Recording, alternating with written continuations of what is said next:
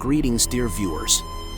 Our minds begin to associate horror with the eerie dolls when we hear about some power being contained inside of them. The Annabelle doll, also known as the most haunted doll, is generally accepted as real.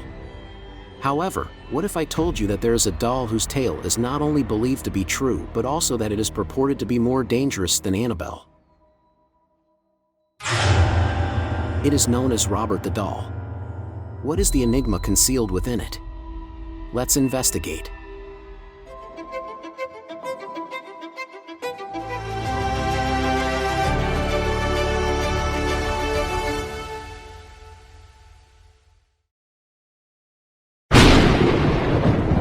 Our story begins in the early 20th century, on the picturesque island of Key West, Florida. In a grand Victorian-style mansion lived a prominent family, the Ottos. It was here that a peculiar doll named Robert made his first appearance. Robert Eugene Otto's grandfather gave him a man-sized doll for his birthday in 1904 when he was just 4 years old. At first, Robert, whom everyone called Gene, liked the doll. Gene and the doll grew close to each other, to the point where Robert would bring the doll to bed with him.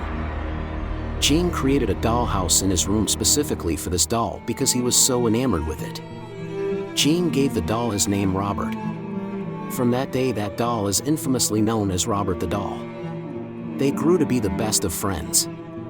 From then, strange incidents began to occur. Robert appeared to be a typical cloth doll, but soon enough, he became embroiled in peculiar and even frightening happenings.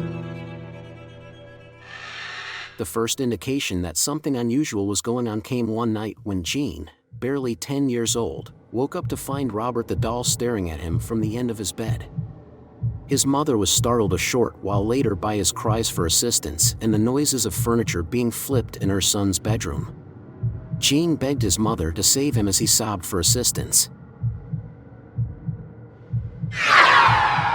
When she eventually managed to pry open the locked door, she discovered poor Gene, his room in disarray, with Robert the doll perched at the foot of the bed.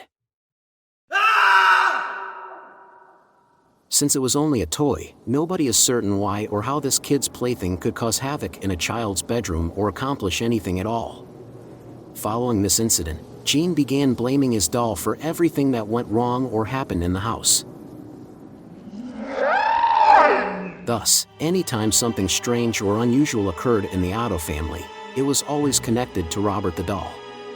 The adults in the Otto family eventually started to suspect that something wasn't quite right with this doll as well. The doll was allegedly observed moving from one window to another by onlookers outside the Eaton Street home of this family. Schoolchildren who were strolling past the house claimed to have seen the doll on the upstairs window.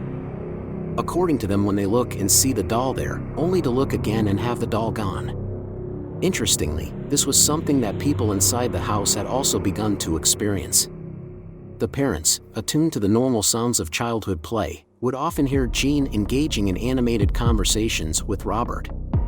The most unsettling thing about these interactions was that they weren't one-sided. Robert answered in a voice that was different from Gene's.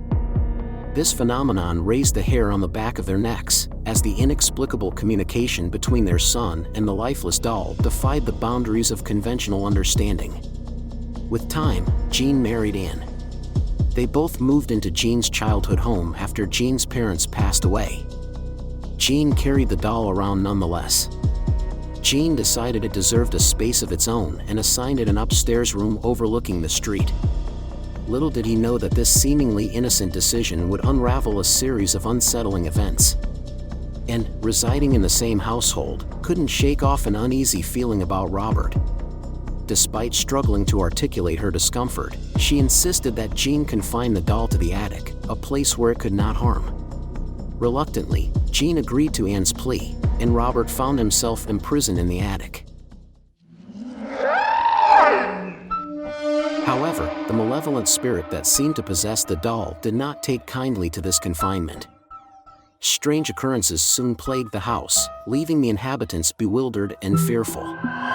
Visitors reported hearing mysterious footsteps in the attic, accompanied by the disconcerting sound of someone pacing back and forth. Sinister giggling echoed through the halls, leaving an eerie atmosphere hanging over the once serene home. The unsettling phenomena escalated when neighborhood children began sharing disturbing accounts of their encounters with Robert. They claimed to have seen the doll peering at them through the window of the upstairs bedroom. To their horror, they even spoke of the doll mocking them as they walked to school, sending shivers down their spines. Concerned and curious, Gene decided to investigate these bizarre claims. He knew he had locked Robert securely in the attic, eliminating any possibility of the doll being near the window in the upstairs bedroom. To his astonishment, every time he ventured to check on Robert's confinement, he discovered the doll sitting nonchalantly in a rocking chair by the window. The inexplicable reappearance of Robert defied all logic, leaving Gene perplexed and increasingly disturbed. In the year 1974, Gene Otto died and the Otto mansion was purchased by Myrtle Reuter. Robert continued to stay in the attic. This lifts the doll's curse and places it on the Reuter family. When their 10-year-old daughter discovered Robert in the attic, she was overjoyed. Her happiness was short-lived though, as she later revealed that Robert was still alive and that the doll intended to harm her. She told her parents that Robert had moved around in the room when she frequently woke up in the middle of the night, screaming in terror. Myrtle Reuter kept the doll with him for 20 years, and in the year 1994 he donated the doll to the Fort East Martello Museum. Robert was under the supervision of Corey Convertito, the main curator of the museum. After bringing Robert into the museum, research started to find out its origin. The museum's investigation into Robert's origins led them to the renowned Steiff Company of Germany, a historic toy maker renowned for crafting the first teddy bear in homage to Theodore Roosevelt. However, the revelation emerged that Robert, unlike the cuddly bears associated with Steiff, was not originally intended for sale as a conventional toy. Instead, the museum uncovered intriguing details suggesting that Robert was likely created as part of a set specifically crafted for a window display featuring clowns or jesters. Robert's little sailor suit was not supplied by the company. It was probably an outfit that Otto himself wore as a child or its previous owner.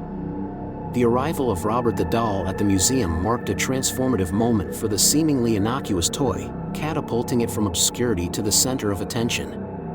Rather than fading into the background, Robert's presence drew a surge of visitors eager to catch a glimpse of the mischievous doll.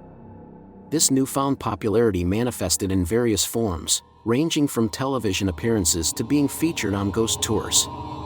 The doll's aura even became the subject of photographs, contributing to its mystique. Robert's influence extended beyond physical visits to the museum.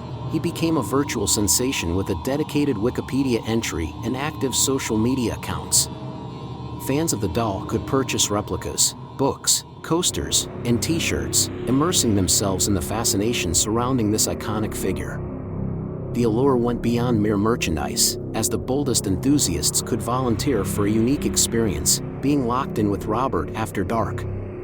In an unexpected twist, Robert became the recipient of an unusual stream of communication. Instead of conventional fan letters, the doll received daily correspondences, often taking the form of apologies.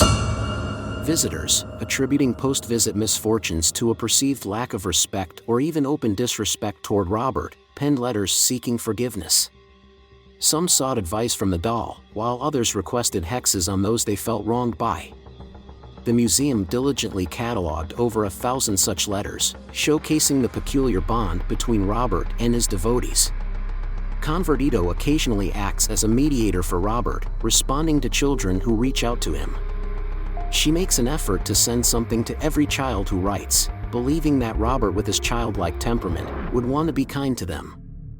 Additionally, she addresses more sensitive situations, like responding to an email from a girl experiencing bullying at school, showcasing a compassionate approach to the correspondence on Robert's behalf. So the question is Robert possessed? The legend suggests that the doll wasn't a gift from his grandfather, it was given by a servant who worked for the Otto family. This woman was mistreated by the Ottos, so to punish them it is believed that she cursed the doll with voodoo and black magic. That could account for the numerous enigmatic and terrifying encounters people have had with Robert the doll, but if that were the case, the haunting would cease upon the owner's passing. Nobody can say for sure. One thing though never changes, Robert the doll still frightens and taunts anyone who comes to see him, especially visitors to the museum who try to take pictures of him. Numerous people have reported that when they attempted to take a photo of Robert, their cameras stopped working, but they started working again as soon as they left the museum. As we conclude our journey into the mysterious world of Robert the Doll, remember, dear viewers, some secrets are better left undiscovered. We personally believe that all this is just a game of the mind and is not true. Let us know what you think about this in the comment section below. If you liked this video, do not forget to like and share this video, and if you are new to this channel, please subscribe to the channel and press the bell icon. See you in the next video. Until then, stay curious.